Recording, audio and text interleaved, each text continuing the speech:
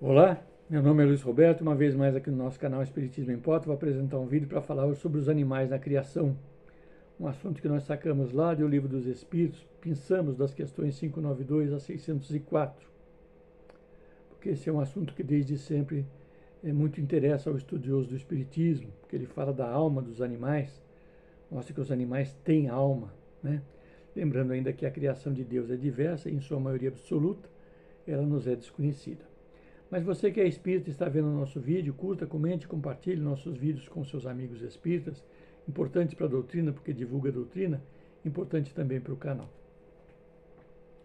Mas indo diretamente ao assunto, nós vamos lembrar que na maioria dos animais domina o instinto, mas muitos animais demonstram uma acentuada vontade, porque têm inteligência, ainda que limitada, cujo exercício quase que se circunscreve a utilização dos meios de satisfazerem as suas necessidades físicas e de proverem a própria conservação e a conservação da sua espécie. Nada, porém, criam, nada, absolutamente nada criam, e nem realizam alguma melhora. Qualquer trabalho que executem o fazem hoje, o que faziam outrora, nem melhor nem pior, segundo formas e proporções constantes e invariáveis da própria espécie. O filhote, por exemplo, da sua espécie, que é separado da sua espécie, ele constrói o seu ninho em conformidade com os ninhos da espécie, sem que tenha recebido nenhum ensino. O filhote, por exemplo, do João de Barro, aquele passarinho que constrói a sua casa com barro e palha, ele separado da espécie, quando ele cresce, ele vai construir o seu ninho exatamente como fizeram seus pais, seus avós, bisavós e assim por diante, uma vez que isso faz parte da evolução da espécie, né? E mesmo o progresso que realizam pela ação do homem, quando são ensinados, né, o homem ensina alguma coisa para o animal, é efêmero e individual, não se replica na espécie, visto que entregue a si mesmo, ele não tarda, o animal não tarda a voltar à sua condição anterior, deixa de fazer aquilo, porque o faziam por imposição, quase que uma imposição do homem, muitas vezes, por recompensa ou castigo, né? Possuem uma linguagem suficiente para se comunicar entre si, dizem uns aos outros muita coisa, muito mais coisa, aliás, do que imaginamos. Mas essa mesma linguagem de que dispõe, ela é restrita às necessidades, como restrita também são as ideias que podem ter. Os animais que não possuem sonoridade, por exemplo, como os peixes, por exemplo, compreendem-se por outros meios para, na vida de relação, se prevenirem e exprimirem as sensações que experimentam. Releva lembrar ou relembrar que a liberdade de ação de que desfrutam ela é limitada pelas suas restritas necessidades aos atos da vida material, muito longe, portanto, do livre-arbítrio de que desfruta o homem. É importante relembrar isso, porque o animal não possui o livre-arbítrio, o homem sim. A aptidão que certos animais denotam para imitar a linguagem do homem se deve a uma particular conformação dos seus órgãos vocais, e não são de todas as aves, de algumas aves, né? De algumas aves, reforçada pelo instinto de imitação. Aliás, o macaco imita os gestos, algumas aves imitam a voz humana. Humana e de outros animais também, né? Porque tem aquele espírito de imitação. Os animais possuem uma alma, possuem sim, porém inferior à do homem, o que lhes faculta naturalmente certa liberdade de ação.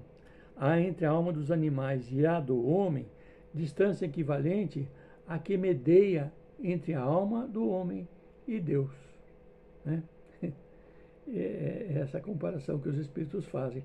Após a morte, a alma dos animais ela conserva a sua individualidade. Contudo, a consciência de si mesma, do eu, não. Pois a vida inteligente lhe permanece assim como que em um estado latente, aguardando a próxima volta à vida física, a próxima reencarnação, né? Sobrevivendo ao corpo em que habitou, a alma do animal ela fica numa espécie de erraticidade, pois que não mais se acha unido ao corpo, mas não é um espírito errante como o é o espírito humano, porque o espírito errante do homem é um ser que pensa e obra por sua livre vontade e de idêntica faculdade, não dispõe a alma dos animais. a consciência de si mesmo é o que constitui o principal atributo do espírito do homem. O espírito do animal, depois da morte, porém, é classificado pelos espíritos a quem incumbe essa tarefa e utilizado quase imediatamente. Não lhe é dado tempo de entrar em relação com outras criaturas. Aliás, a gente aprende na doutrina espírita que Deus se manifesta pelas suas próprias criaturas. E muitas são as criaturas, então, que cuidam do mundo animal, criaturas já inteligentes, humanizadas, que cuidam do mundo dos animais, desde o mundo espiritual. Os animais, em qualquer rincão da criação, são sempre inferiores ao homem. E o homem é um Deus para eles, assim como os espíritos eram deuses para a nossa humanidade no passado. Pela falta do livre-arbítrio, a alma dos animais, então,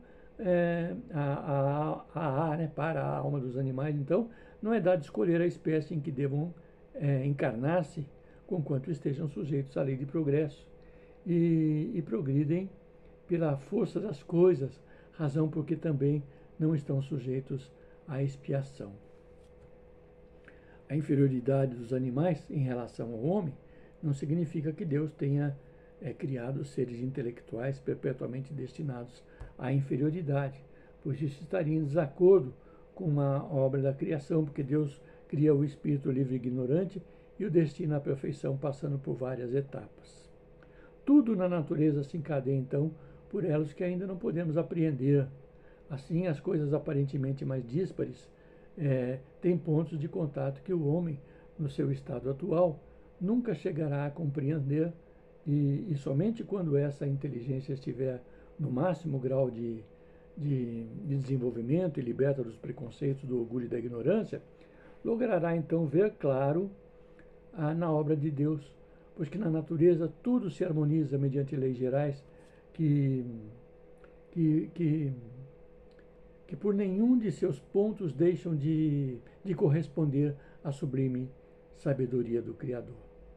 E releva esclarecer que a inteligência é, então, uma propriedade comum, um ponto de contato entre a alma dos animais e a do homem. E, porém, os animais só possuem a inteligência da vida material e no homem a inteligência proporciona a vida moral. E para finalizar, então, dito isso, que acabamos de afirmar, nesse nosso último item, é importante ressaltar que o homem progride pelo uso do seu livre-arbítrio e por isso está sujeito à lei de causa e efeito, pois tem vida moral. O homem tem vida moral. Já os animais progridem pela força das coisas e não estão sujeitos à lei de causa e efeito, posto que não têm vida moral. É um assunto interessante. Lá no Livro dos Espíritos são mais questões que falam sobre essa temática, mas depois da codificação feita, muitos médiuns receberam de espíritos muito sobre a questão do mundo animal.